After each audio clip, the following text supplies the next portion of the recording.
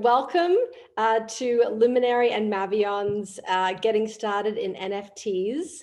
Today will be more of a working session. I'm going to be taking you through live websites and showing you how to use a site like OpenSea to buy, mint, or sell NFTs. We're going to be talking about how to open a wallet, because of course, nothing is possible with NFTs until you have a crypto wallet. We're going to be hearing about MAVION, about Luminary, and Meta Angels. And I see Cate right on cue, the founder and CEO of Luminary. Would love to kick it off and hear from you first.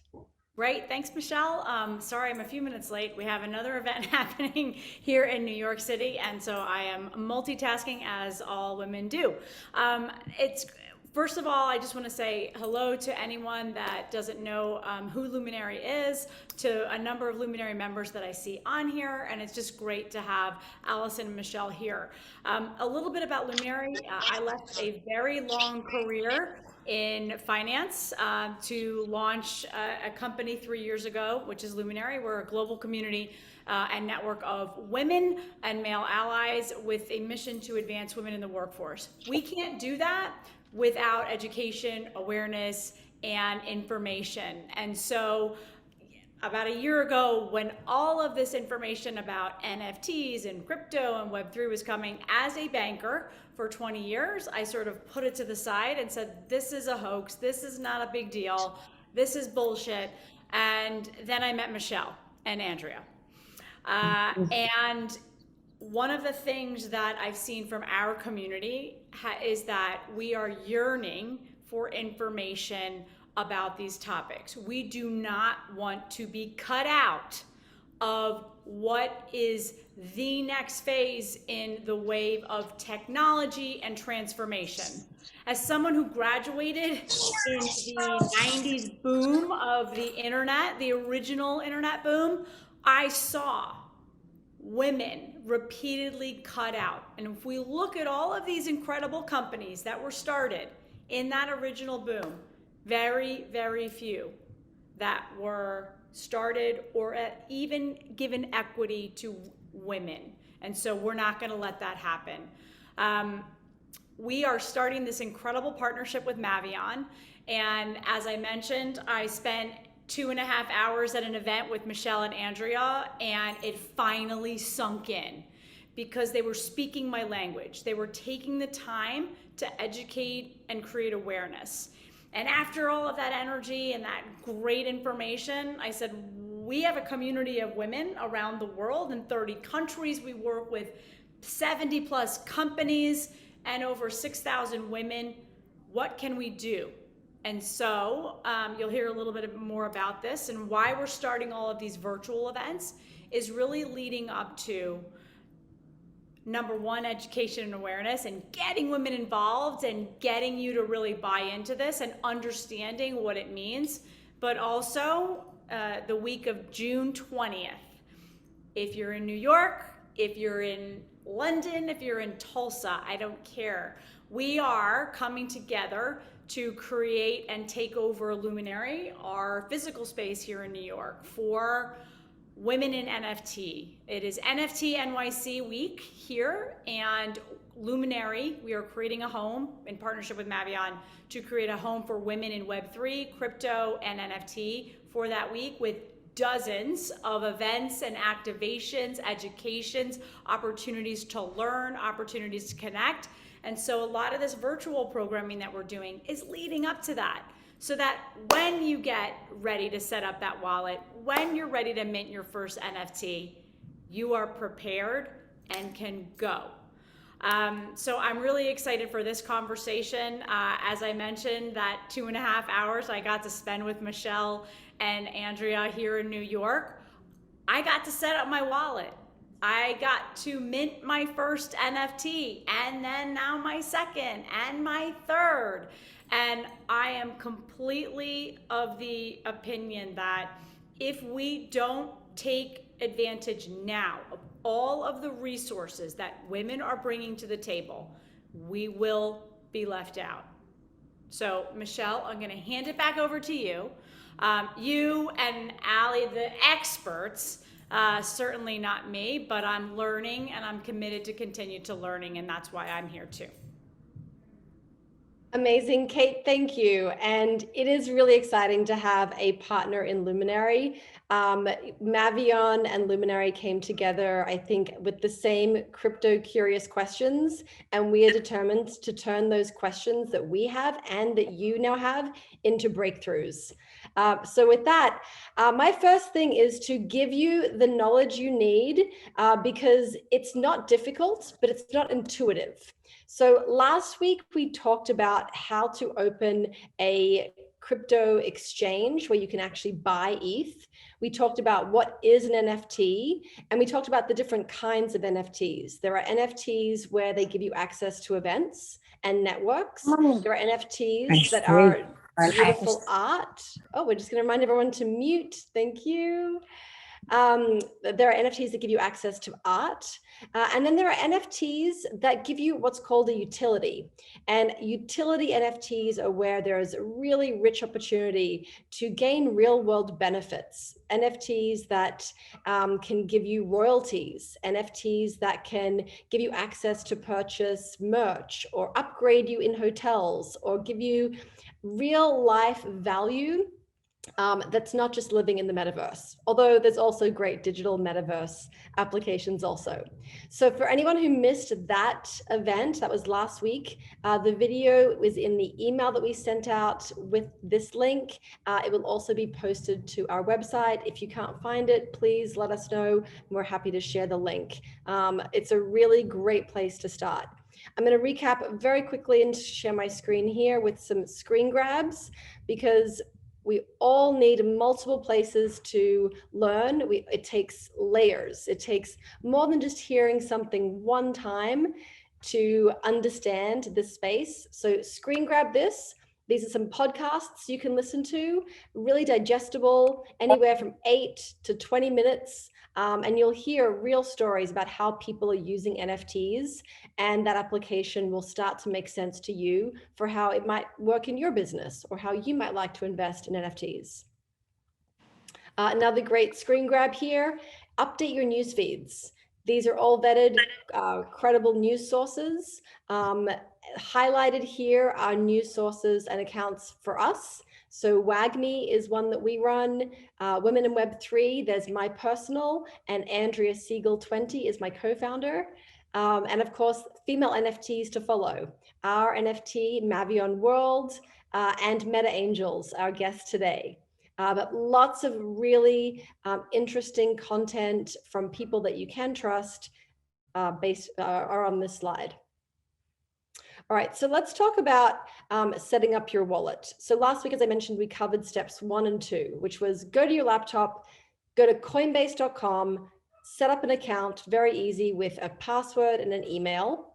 And then you can link your bank account, very safe, and buy cryptocurrency. And so for most blue chip NFTs today, that cryptocurrency is Ethereum. So you would buy that Ethereum, and now it's in your coinbase.com account. That's great, but you can't use that coinbase.com account to actually go and buy NFTs. What you need to do is you need to open a wallet. So screen grab this. I'm going to run you through opening a wallet, and then you can refer back to this for your own reference if you need it. It's very simple. It takes about 100 seconds. Opening a wallet is on your phone. You go to the App Store, you download Coinbase Wallet. There are other wallets too, MetaMask, Rainbow, Trust. For the purpose of this, we're going to focus on Coinbase Wallet. Most people I know find it to be the friendliest from a user perspective.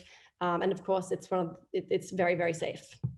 So Coinbase Wallet, you download, it's going to ask you some very simple questions like, do you agree to these terms? Do you acknowledge that when you see this 12-word seed phrase, that you know you will not be able to get it again if you lose it? And that is the most important thing to take away from this call if you're opening a wallet for the first time. When you open it, you are given 12 words. You don't need to memorize it, although if you can, that's great. You do need to record it somewhere safe.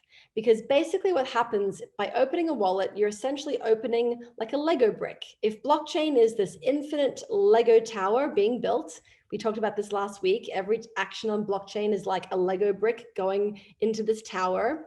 You're essentially opening a wallet and putting a Lego brick on that tower. The only way to find that Lego brick is with those 12 words. If you lose those 12 words, there's no customer service in crypto. There's no one you can call to find out what those words are. Why?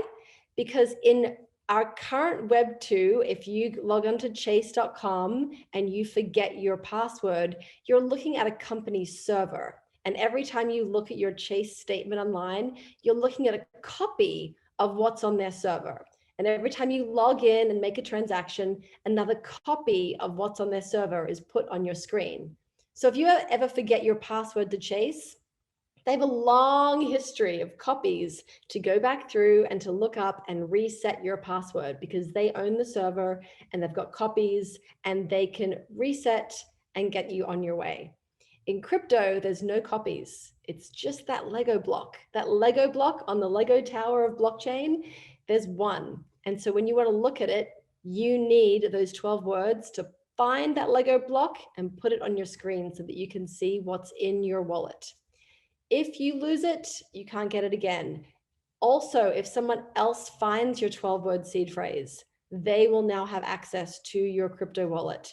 So please put it somewhere very safe where only you have access to it, and it won't be compromised. All right. Once you open that wallet, I'm going to put here, there's another screen grab here. You're going to be given a wallet address. So it's a long series of numbers, and I'm going to show you exactly what that looks like. So when you open a Coinbase wallet, it will look a lot like this on the left-hand side. So you can see here, there's my wallet name, MJT Reeves, that's me.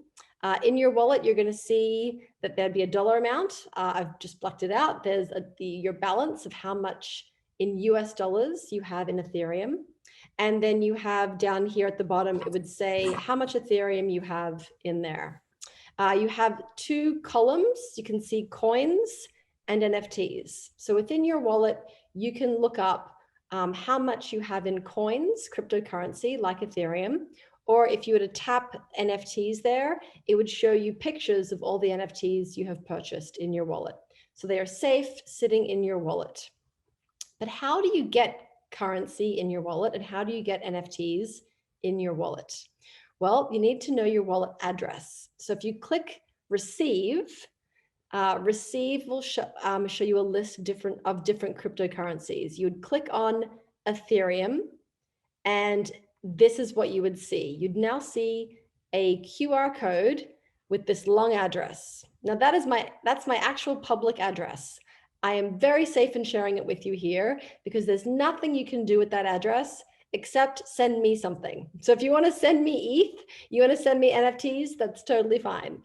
You can't take anything out. So it's just like your bank account where you would give your bank account number, your routing number.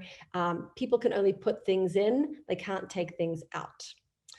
So that wallet address is your public address, and you will need that as you are buying and selling NFTs. All right, so when you actually want to buy an NFT, where do you go? Well, there's two ways you can buy NFTs. One is through minting and one is through selling. Let's take a look at what that looks like. Oh, I'm just trying to get out of this screen for you.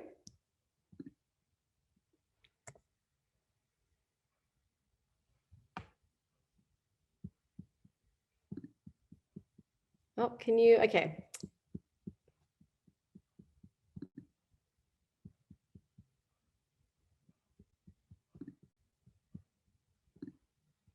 All right, I'm going to open up a new screen. So there's two ways to buy NFTs. The first one is to go on to what's called the secondary market. So OpenSea is the largest and most notable secondary market where NFTs, once they're minted, onto blockchain once they're launched into the blockchain can be bought and sold and traded. So this is what OpenSea looks like here. Oh, let me get rid of this. Okay, so OpenSea here, think of it kind of like Etsy. And so with just like Etsy, everything is listed, except people who own the NFTs, they don't control what this looks like. It's all within the OpenSea site and the blockchain. The only thing people who own NFTs can control is what the price is that they are selling it for. So let's go into our NFT, which is MAVION, and we'll take a look at how you could purchase NFTs there and what does that look like. So you type in MAVION, you can see here, there we are, MAVION World, and it loads. Every NFT page is going to look the same, and it's going to have the following information on there. So here's what it's telling us. Right now, you can see that there are 2,300 items. That's 2,300 different NFTs that are listed under the MAVION collection. There are 982 owners. So that tells you that each person is owning about 2.2 NFTs on average. So again, just a good data point to know, oh, collectors are owning multiple of these. The floor price, actually, everyone can just mute. I think we have some background noise. There we go. The floor price tells you the cheapest price that you could buy an NFT in this collection. So the cheapest price of a MAVION NFT right now is 0.09 ETH, which based on today's exchange in US dollars, that's about 250, 270 US dollars. And the volume traded, that's the total volume of people buying and selling these NFTs on the secondary market in OpenSea. Great, so every single collection has that data that you can have a look at. When you scroll down, you'll now be able to see all almost 2,300 NFTs that are in the collection. And you can scroll through and take a look, and some are priced differently than others. What you would do is you would go over here to this filter, buy now. And now that will filter out only the NFTs that the owners have made for sale. So now you can see of those 2,255 NFTs, only 143 are for sale. Again, just a good data point that tells you most people are holding these, not looking to sell it. So that's just something to note. Of the ones to buy, you can then sort here in OpenSea, price low to high. You could sort them by high to low. You could sort them by most viewed, just like you would in any other Web2 shopping platform. So you would go through here and you can take a look and you think to yourself, all right, what am I looking for? Do I like pink hair? Do I like this background? There's all kinds of reasons that you would want to purchase one over the other. And we can go more into our NFT specifically. But let's say you are really excited and you love these green sunglasses and you really want an NFT with these ones. Well, this one here is 0.11. You can click on this and then we can learn more about this specific NFT. So first up, we can see who owns it. I don't know who this person is, but I can see here that Jabika, that's their username, owns this NFT. I can see that they've listed it for a period up until May 9 at this price, which is 0.11 ETH, about $322 US. We can see here all the properties. So this is about rarity. In NFTs with artwork, different rarity have different values. And we can see here that, oh, this is interesting. Those sunglasses we liked, only 1% have that trait. So that tells you it's a rare trait. Versus something like the chestnut eye color, that's 18%, so pretty common. The hair there is called red Victorian, 5% have that. So it's not common, but it's not super rare. So that's what we would call an uncommon trait. And we can come down here and we can see the full history of this NFT. So we can see that it hasn't been bought and sold before. It was just minted 2 months ago.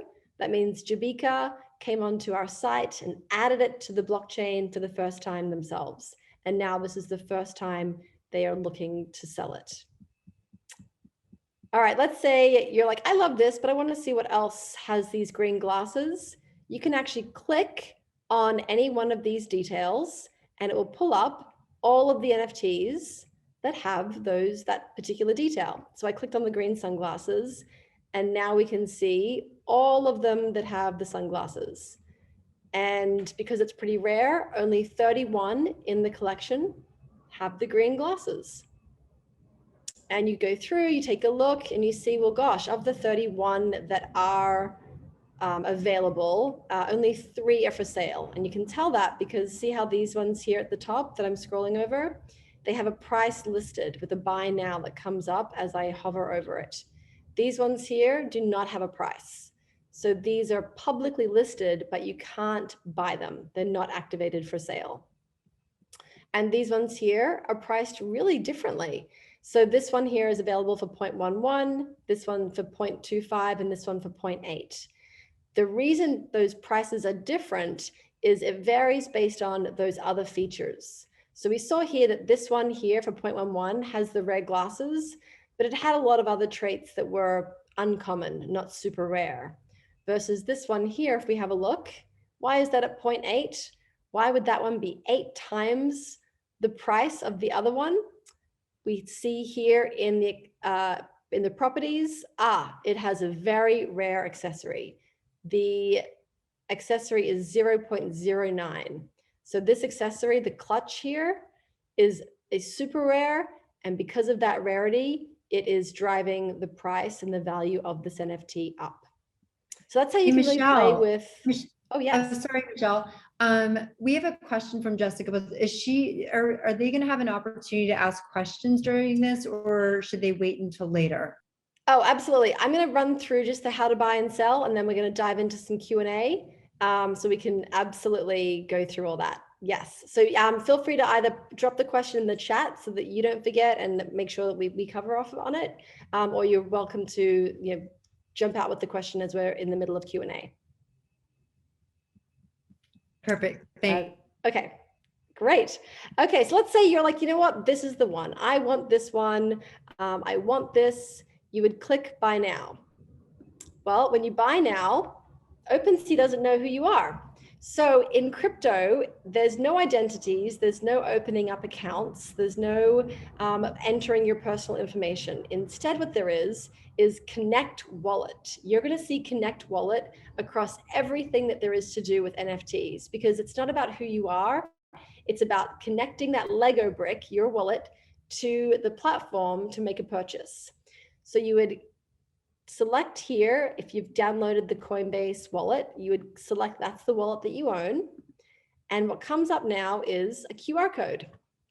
You would take your Coinbase app from your phone, and there's a icon within the app in the top right corner where you can open a camera, and that will scan this QR code.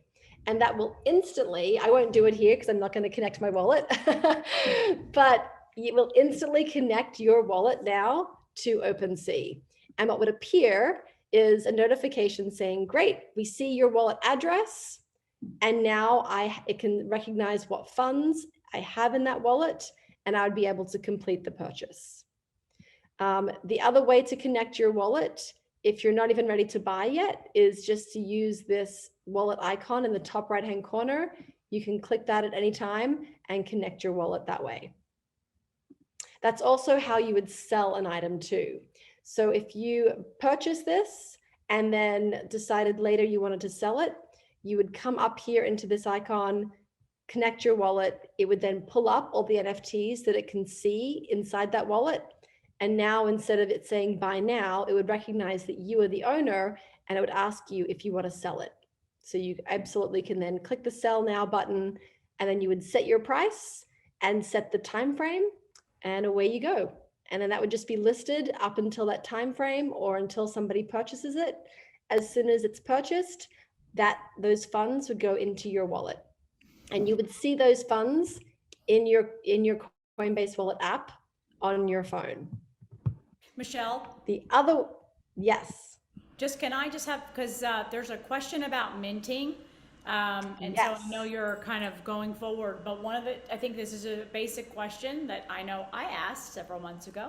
And I know, Andrea, you put an answer, but I thought just for the benefit of the audience, what does minted mean? does that mean that the person who mints the NFT creates it? Yes, great question. So perfectly timed. Minting an NFT is basically you putting it on the blockchain for the first time. So right now at Mavion, we have all these NFTs that exist as art, but they're not NFTs yet until somebody comes in and mints it. And what happens is we have 5,000 total. When you mint something, it's a pretty cool process. It's kind of like Pokemon cards. So if you wanted to mint today, you would connect your wallet. So here's that button again. You would connect Coinbase, scan your QR code. You can see here that all NFTs from Mavion are 0.14 ETH. And the total number is 2255. That would be the number that you would get as you then click this button, mint. You won't know what you're getting. So as it's minting, you are literally putting this artwork into the blockchain. It will be there forever. You have now added something as a fingerprint that can't be edited, it can't be changed, it can't be deleted onto the blockchain, and you are the first official original owner.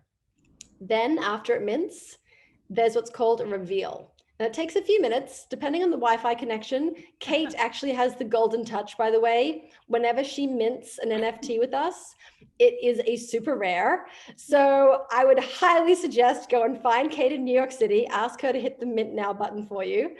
And then what's revealed is any one of these NFTs. And you can see here as we went through, they all have different features, some more rare than others. And that is what minting is. And actually, it's the perfect time. I'm going to pause here and we can go through some Q&A. Yeah. I know it's a lot to absorb. I'll give you a couple other, Michelle.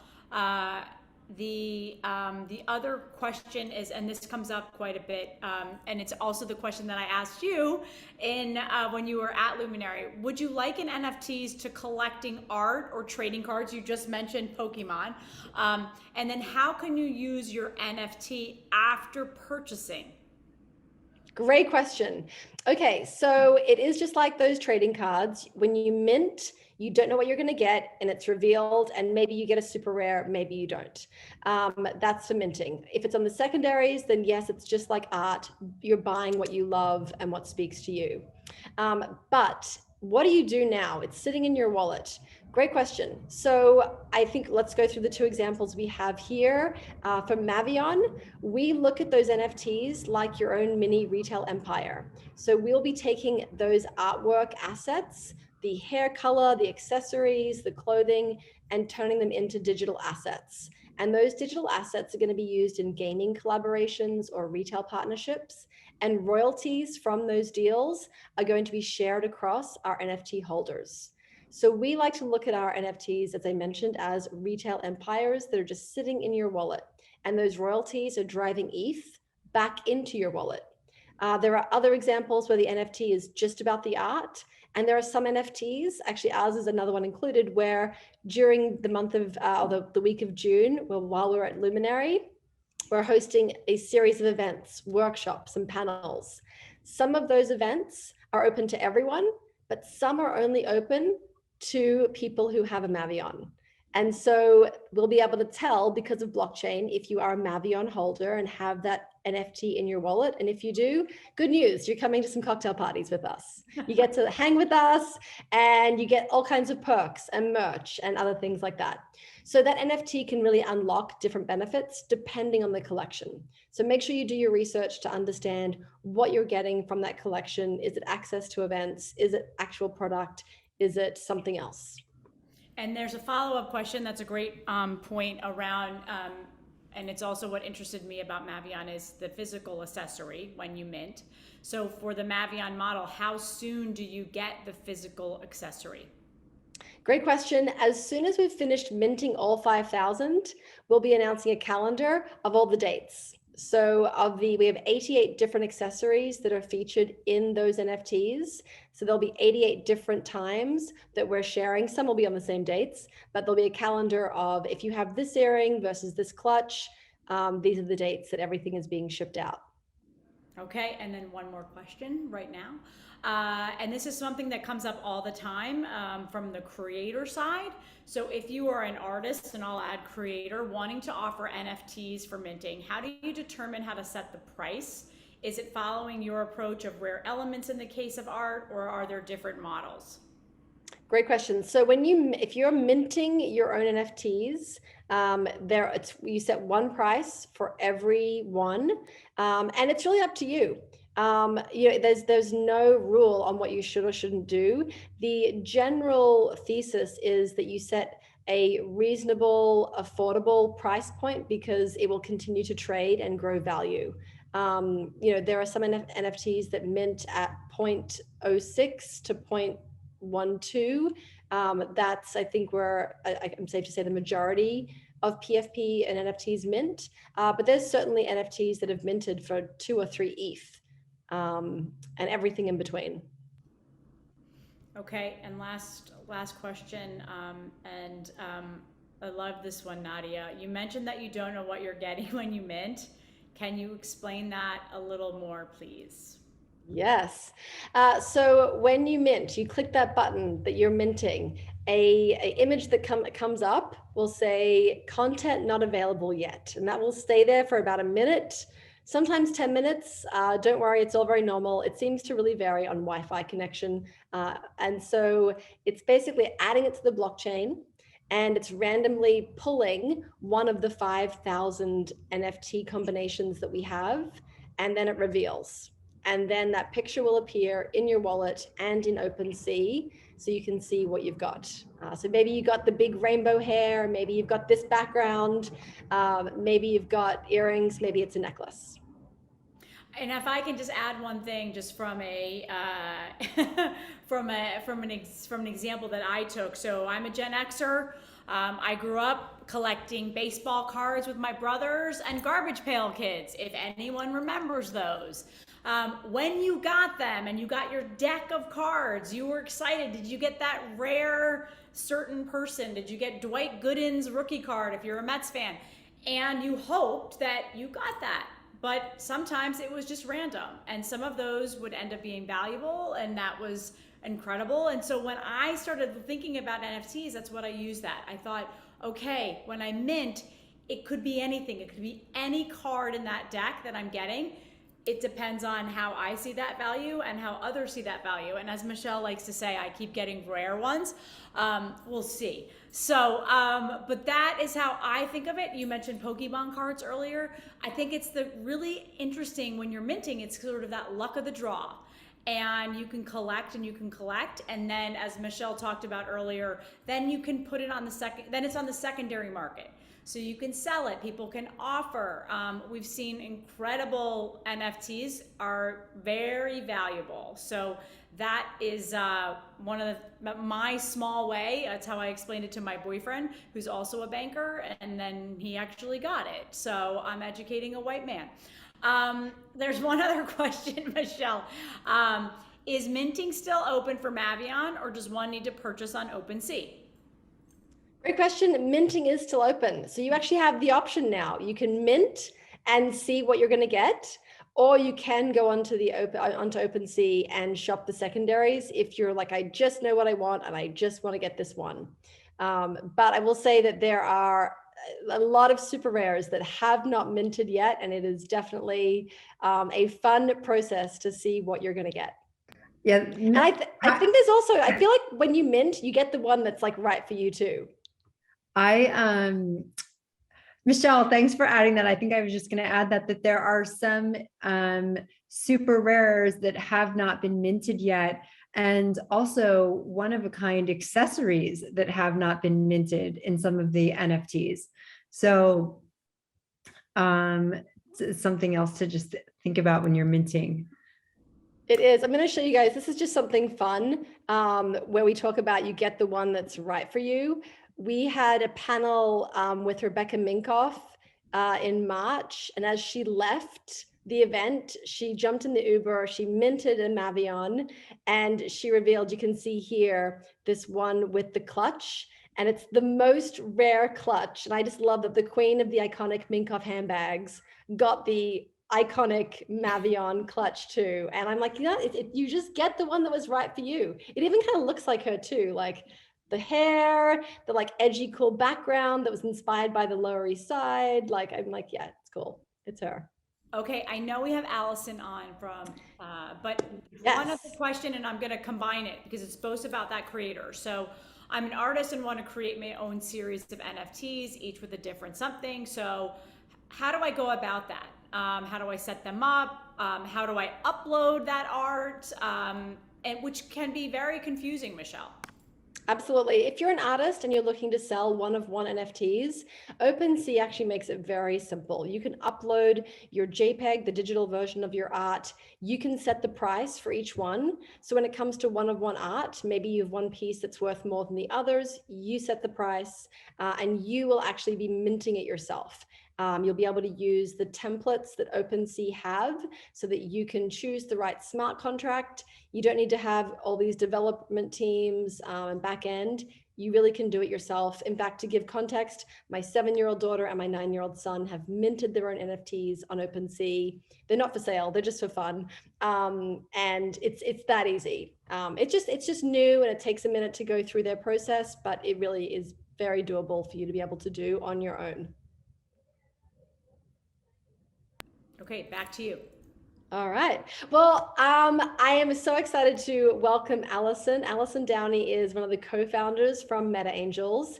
They have minted, they launched earlier this year in February, really extraordinary community and have built a unique model within NFTs. So talking before about what do you do with this NFT now that it's in your wallet? We have fashion. Meta Angels has something else. Allison, please, I'd love you to introduce yourself and share more about how Meta Angels is really creating impact and changing lives. Thank you so much. Thank you so much for having me, Cate. It's so great to see you.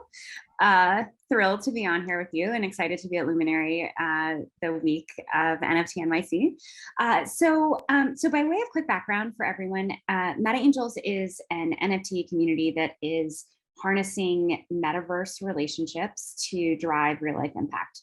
And what that means is that we're building a tokenized network that enables people to build relationships and connections with people who can help open doors for them in other aspects of their lives. The backstory and how Meta Angels came to be is that my co-founder Alex and I, we've both been extraordinarily fortunate in our lives to be part of networks that have created so many opportunities for us. Alex and I met through the List. Cate's part of that as well, which is Women in Tech and Media. I am an alumna of Techstars. Alex is an alumna of Y Combinator. We have our college and grad school alumni networks. And those connections have just opened so many doors, afforded so much opportunity for us. And when we were looking across the broader NFT landscape and thinking about the power that NFTs have and what NFTs are today, I started thinking about whether you can tokenize more abstract concepts like access and opportunity. When I started getting into the NFT space, I looked and saw, this is kind of a hybrid of a personal brand and a membership community. And that all made perfect sense to me. And then I started looking out around the world and thinking about what are the other things that we can tokenize? Can we tokenize college textbooks? Can we tokenize car rentals? Can we tokenize Airbnbs?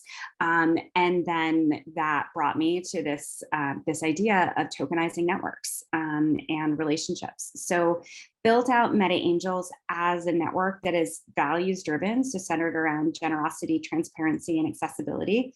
And we built into our smart contract a unique lending function that enables holders to loan their token to someone else to grant those membership benefits to another person. One of the things that we were seeing, and this is really just magnified within the space, is that the communities that are the most valuable wind up pricing out people who could benefit from them most. And that was something that we wanted to counter and ensure that, no matter how the community grew over time, no matter how much value it was providing, that it was still going to be accessible to people across the board. And it's one of the things that I think is really, really interesting about blockchain right now, that we are just at the very tip of the spear of the potential and possibilities.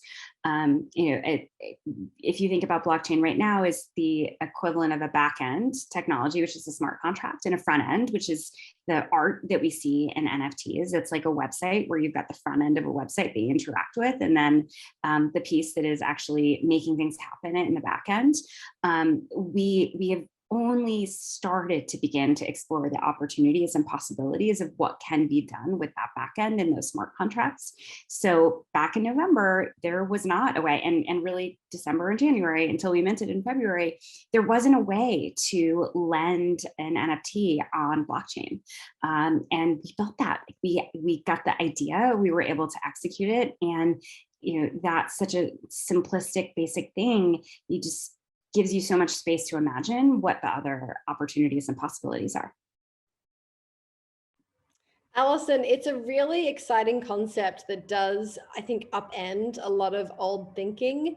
Do you have any examples or case studies of how you've seen that lending structure take shape and be used? Yeah, absolutely. So, in addition to being able to access the community, we have some other benefits that are tied to being a holder of a Meta Angel.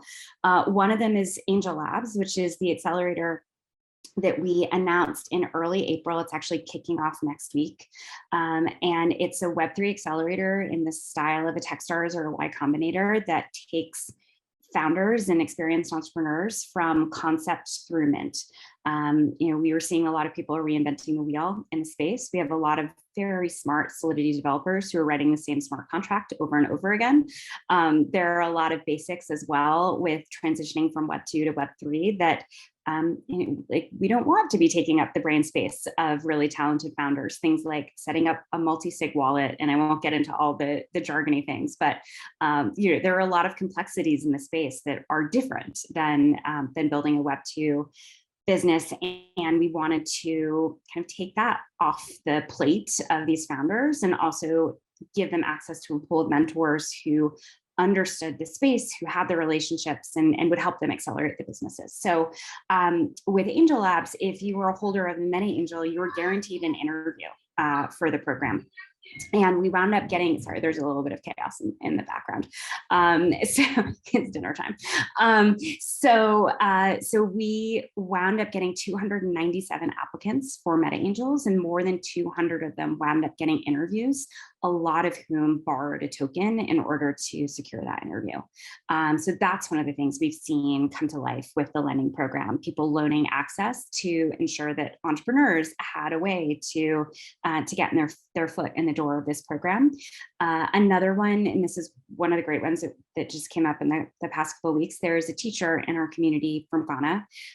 He teaches at a university and has been working on onboarding more students into Web3 and posted within our wishing well, which is one of the central constructs in Meta Angels. It's a channel where you can just post something that you need and other people jump in and say, oh, I can help with that. I can make an introduction for you. I can lend you an angel. So David posted in the wishing well that he was looking to onboard more of his students into Web3, and were there any people in the community that would be willing to lend an angel? And I think dozens of them got loaned out to these students in Ghana who are learning about the opportunities within blockchain and accessibility, and really giving us also the opportunity to have a more global reach, expand the diversity of the community, and bring in more voices. I think you really hit on something that's important to note too about our, shifting our own thinking as we migrate from Web 2 into Web 3. And you talk about this collaborative nature, about putting things out of how can we help, and the wishing component to that. In Web 3, there's so much unique collaboration where there's not a land grab here. There's not a finite amount of space or finite opportunity that you have to win. You can keep growing this ecosystem, collaborating, building, and doing cool things. And in fact, you actually do it stronger if you do it together, versus Web 2 is very much like, this is my server, this is my website, this is my product, everyone away. And here you actually would fail with that kind of mentality. Web 3 is outreach and support. and uplift constantly. I think that you've really set an interesting standard for how people are operating. With Angel Labs, have you already kind of begun the work for some of this next generation of NFTs and companies? What are you seeing there? So we're going to be announcing the class next week. We are so excited about the breadth of companies that applied. So 297 applied. We initially intended to accept 10, and we are increasing that number a little bit because we were so excited about the companies that applied. And it really runs the gamut. We have some major multinational CPGs that applied, and we'll be doing the program. We have, a group that is looking at ways that we can leverage blockchain to foster democracy around the world. There are social impact projects. It really runs the gamut. And the common thread is that they're entrepreneurs who are pushing the envelope on what we can do and what we can achieve with this technology. And to your point, the spirit of collaboration within Web3, it blows me away all the time. The concept of open sourcing these ideas and these concepts. To give an example, Crypto Coven minted in, I think, October, November. And as part of Crypto Coven, which is this very lore, and lore means story, essentially, driven project within the space, they leveraged artificial intelligence to write descriptions of each of the witches within their collection. And they published an article about how they actually did that and how they carried that out. And I found the article, and it was really extensive, and it really goes through all of the mechanics of how they did it. Found that article, I was totally fascinated by it. I reached out to their team, talked to them in the Discord. They answered a bunch of my questions, and we took what they had done as that first iteration of leveraging artificial intelligence to write text that ties to NFTs, and we iterated upon that. We took a different approach. And for Meta Angels, in addition to 10,000 unique pieces of art, we generated 10,000 unique paragraphs describing these individual angels that were thematically driven. So you might have an angel of possibilities, and the description talks about what that means and what that angel is revered for and the impact that that angel has. And we've then published a very extensive Twitter thread explaining exactly how we had done it and reference back to, V1 with Crypto Coven, because our hope is that someone is going to take what we learned and make it even better. And that is a mentality that, no, we did not see in Web 2. And it's something that's just really exciting about Web 3. And also I'll add, I think one of the things that's especially heartening within the space is that there's such a spirit of support amongst the women-led projects, that all these projects, we're falling all over each other to help each other. And any ask, yes, absolutely, I can do that. However I can help. And it is really, really nice to see. It is. It's a really good reminder that Web3 is giving women the opportunity to flex a muscle that we've had to strengthen for so long. We haven't had access to capital. We have had access to each other, and we've always built the strongest communities on earth. And what wins when it comes to NFTs are communities. So really lean into, I know everyone on the call here, you have the ability to hustle and connect. That will really pay off for you if you're looking to bring something to life. I think one of the biggest questions that we always have coming out of Web 2 is, it's great to have an idea, but you can't do anything with that idea unless you have capital. We're really well practiced at bootstrapping because we've had to. We're really well practiced at, working with each other. What are you seeing with these kinds of projects through Angel Labs, or just in general through Meta Angels yourself? The ability to act without having to go and have all this institutional funding behind you. Yeah, I mean, it really is democratizing the space, and you can build a company based on what consumers want as opposed to what investors want. And that's the thing that's really great about NFTs. They're a product. They're not an investment vehicle. So if you are able to marshal support behind the product that you have and the product that you're offering, and people are willing to buy that product, you can build the business off that revenue stream. And it really changes the landscape, because it means that we as consumers have so much more control about what comes to market, and control over, what that offering of products is that we have available to us. Can I jump in and ask, because you two are such trailblazers in your organizations, one of the questions that I hear often coming up too, that Jessica asked, is just like basic understanding of, this whole language now around Web3 and Web2.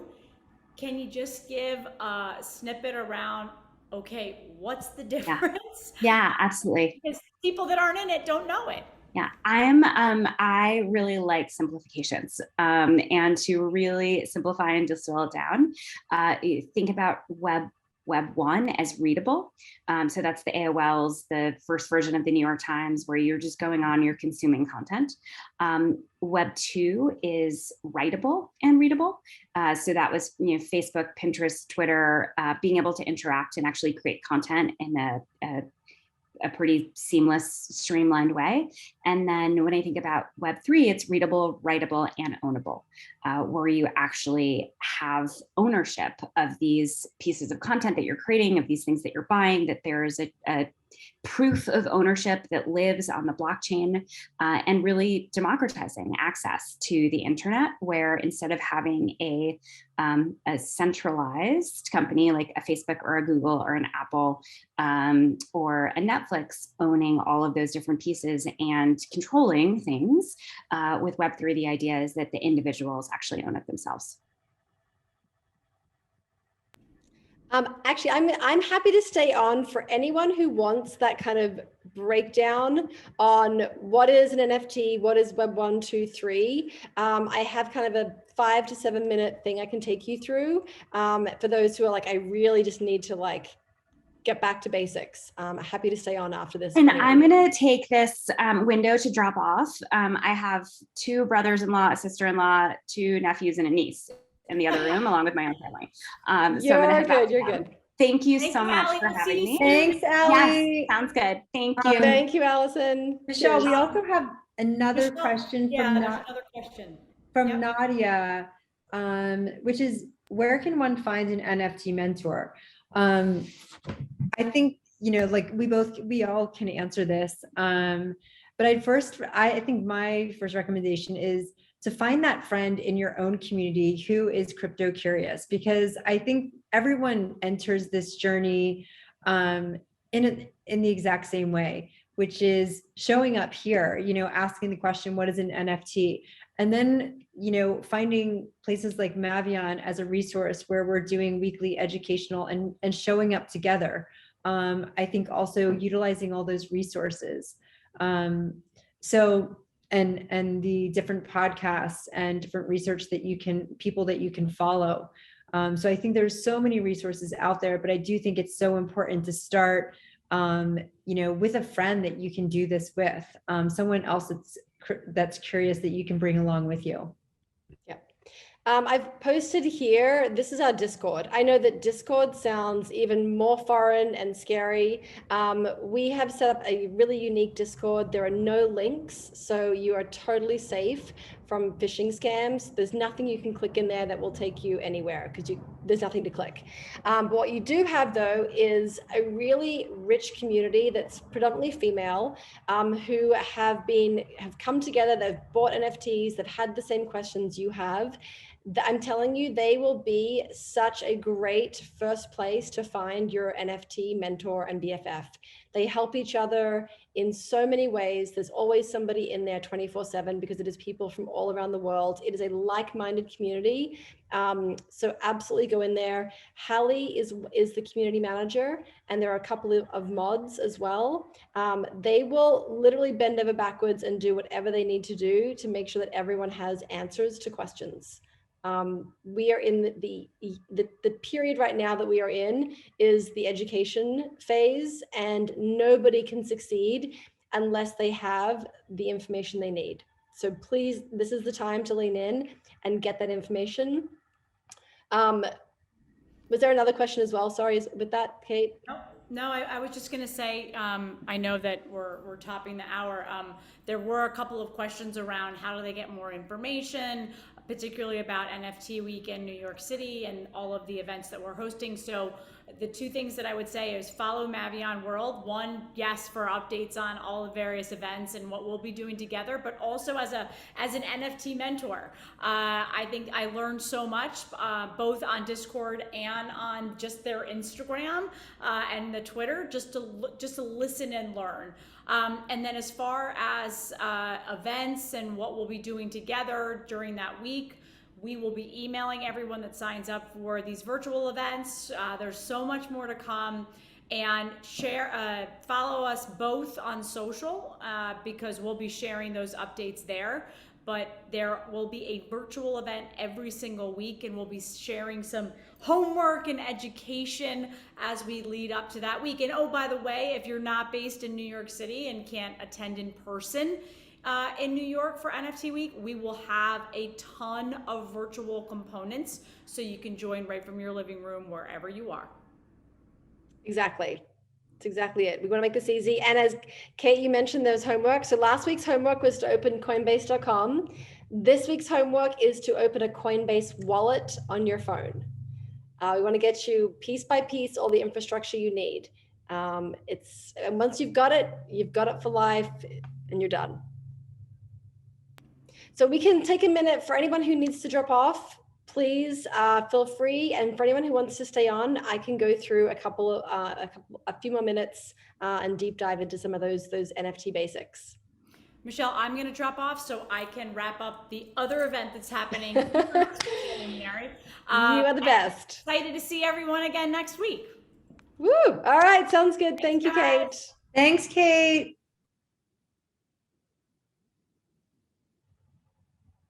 All right. Hi, everyone. I'm going to dive in. This was a recap of the presentation we did last week. And the goal is to just give you the basics so that you know how to speak to this crazy world that we're all diving into. So let me screen share here. Let's see.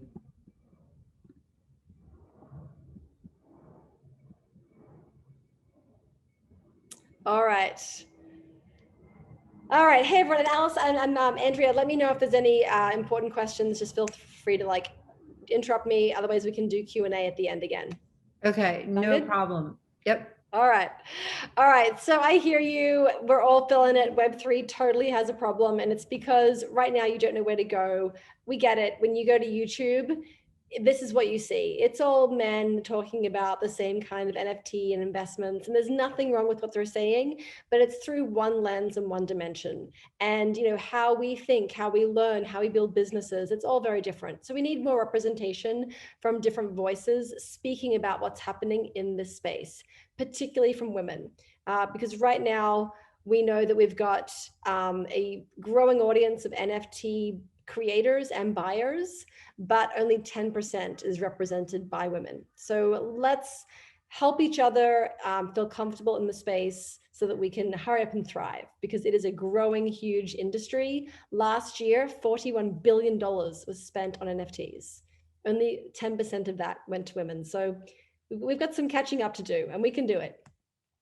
All right, they're just those screen grabs we went through before. Okay, so let's talk about, what is an NFT? For those who are still trying to figure out, what is this thing that everyone's so excited about, and why didn't we talk about them sooner? It's a very fair question. And then, of course, what kinds of NFTs are there? As somebody asked before, what do you do with it once it's in your wallet? It's just sitting there, now what? Okay, so NFT, it's a non-fungible token. So let's just talk about what this word in the middle of that really means, because we've never said the word fungible up until now. This is fungible. My daughter is holding two 50-cent coins. They're Australian coins. If she keeps one, gives the other to her brother, it doesn't matter which one she does keep and which one she gives. They're totally fungible. They are transferable. They have the same value for the same owner. What is non-fungible are these two eggs or these two phones.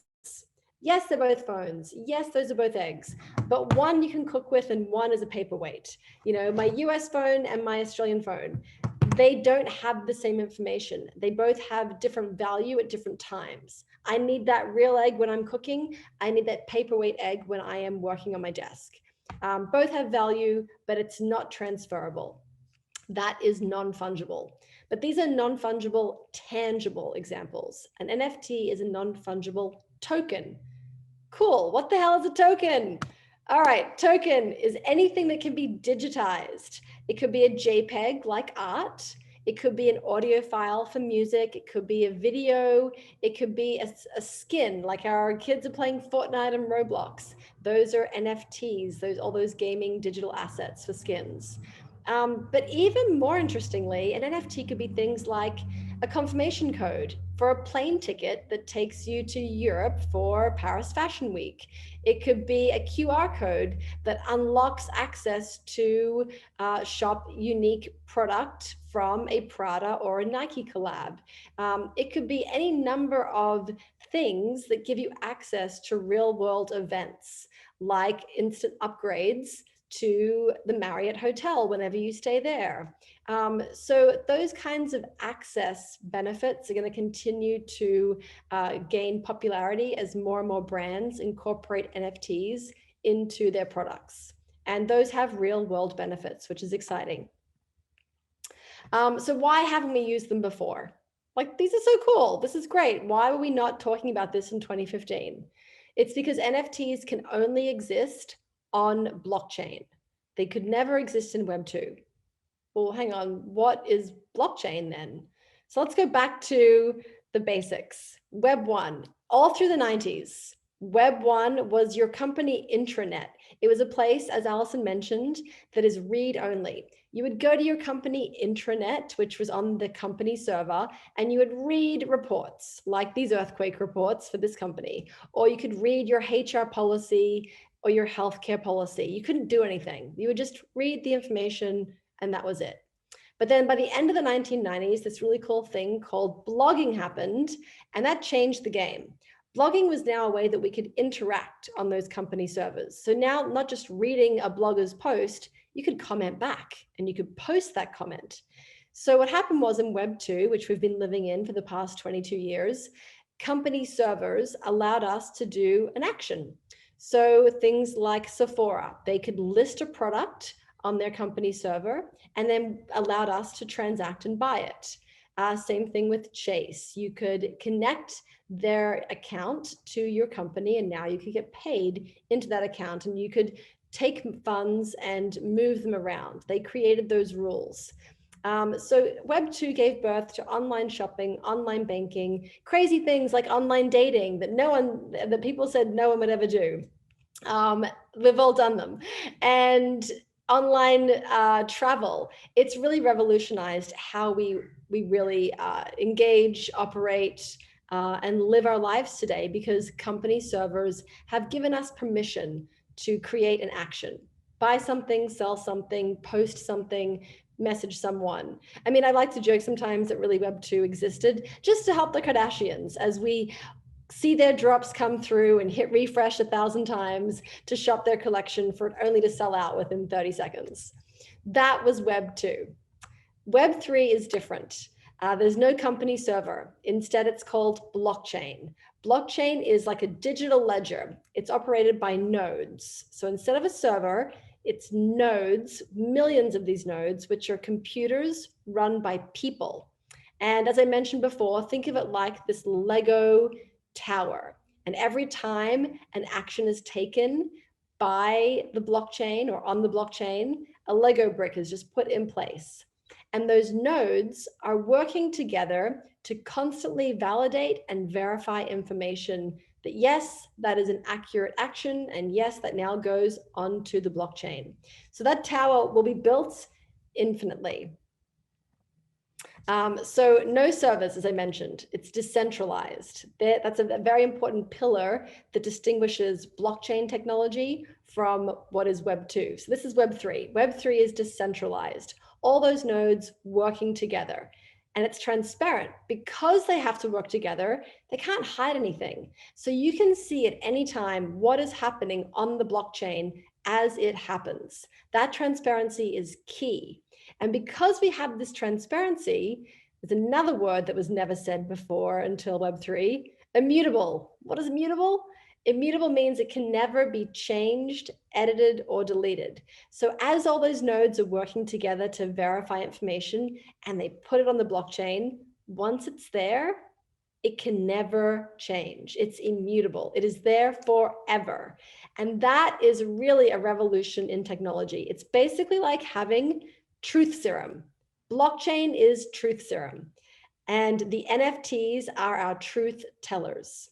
So once something is on blockchain, it's there forever, which means for the first time ever, when we have an NFT, we know exactly who owns it with undeniable proof that Andrea owns the NFT, not me. Sure, I can screen grab it, but the blockchain will tell you who is the real owner, and it's Andrea. So with those kinds of truth tellers in play, NFTs give people undeniable access, ownership in ways that were never possible in Web 2. I'm going to pause there and just see if there are any questions before I continue.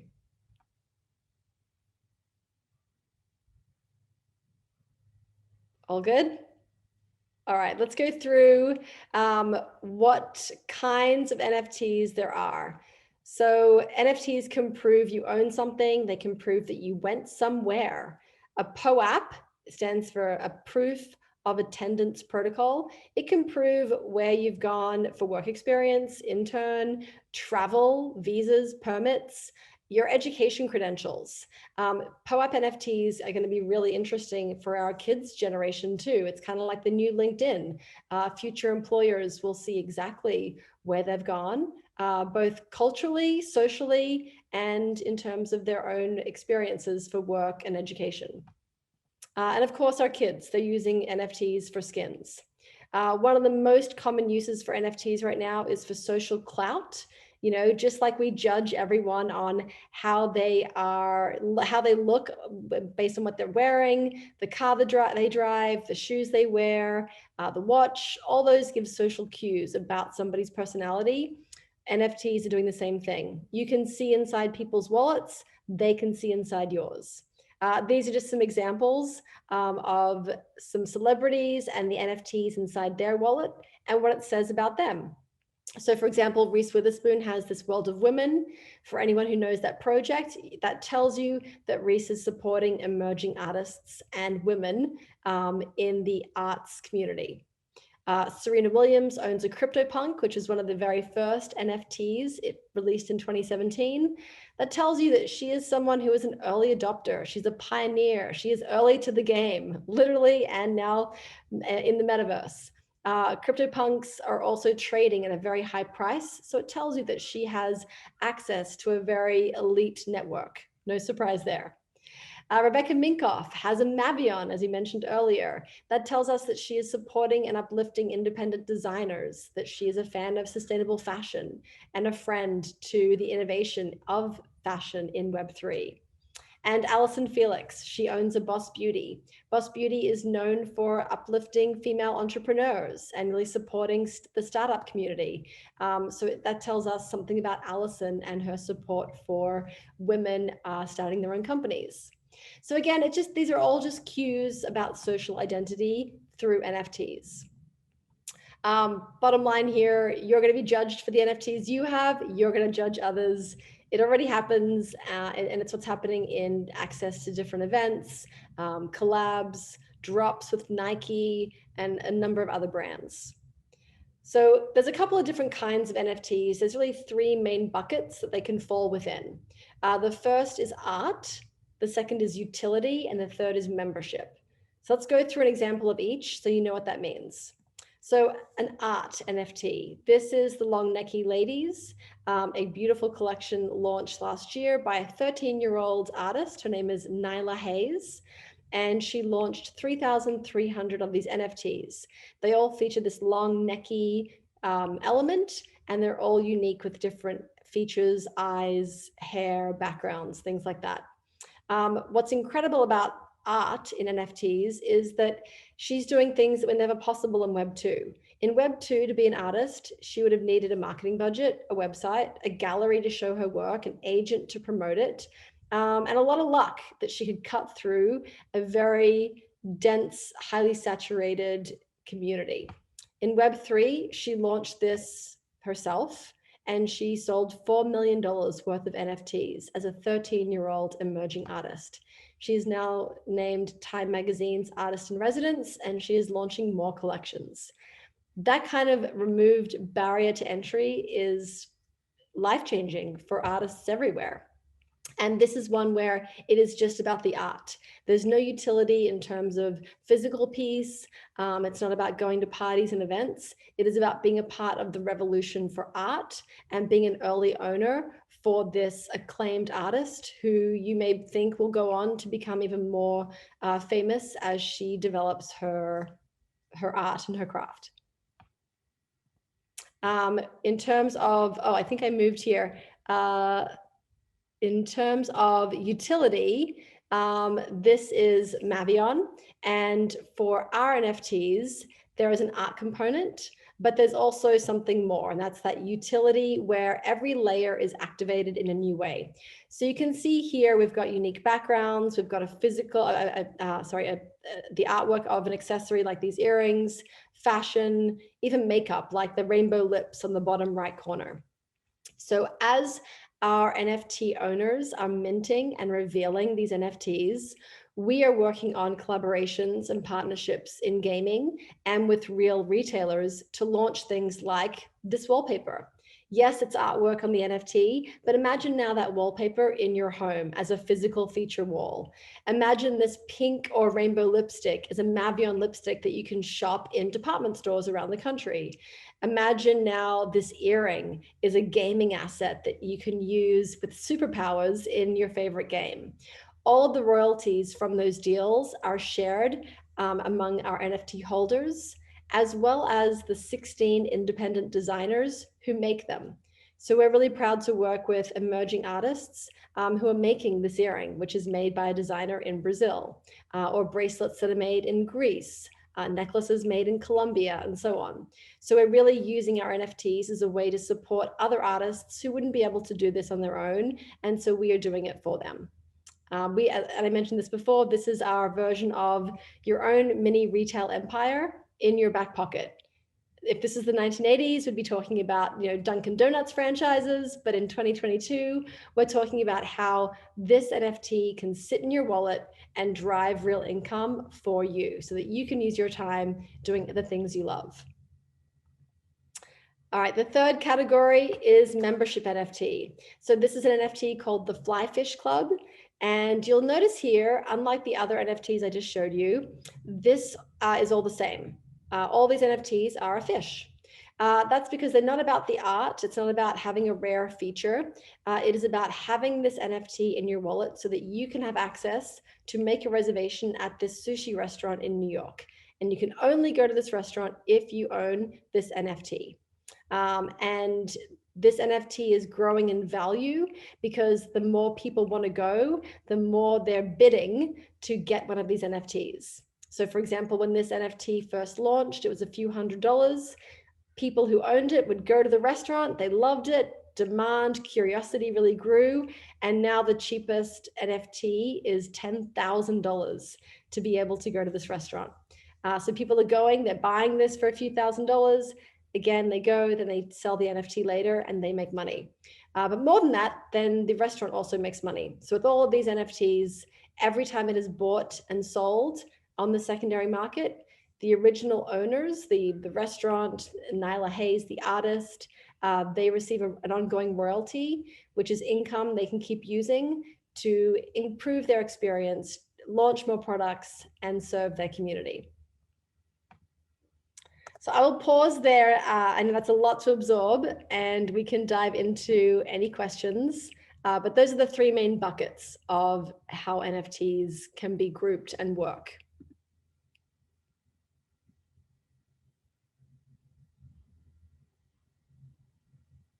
Oh, great. Nadia, welcome to Discord.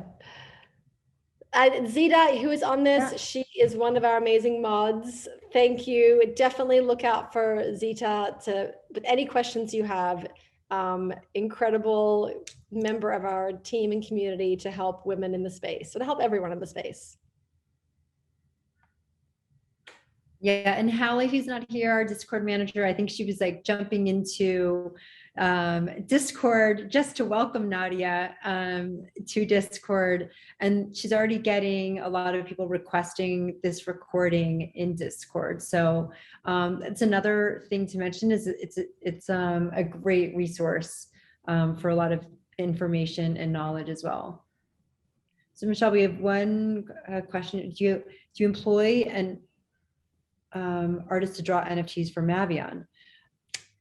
Well, yes, we have Dae-Young Kim. She is an internationally known fashion designer and our art director and in-house artist that created all of the layers and the artwork for MAVION.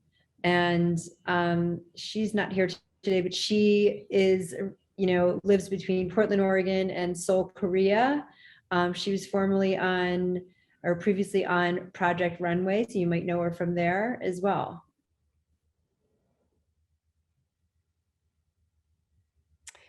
Excellent. Well, everyone, thank you for joining us today. You know where to find us. We're on Twitter, we're on Discord.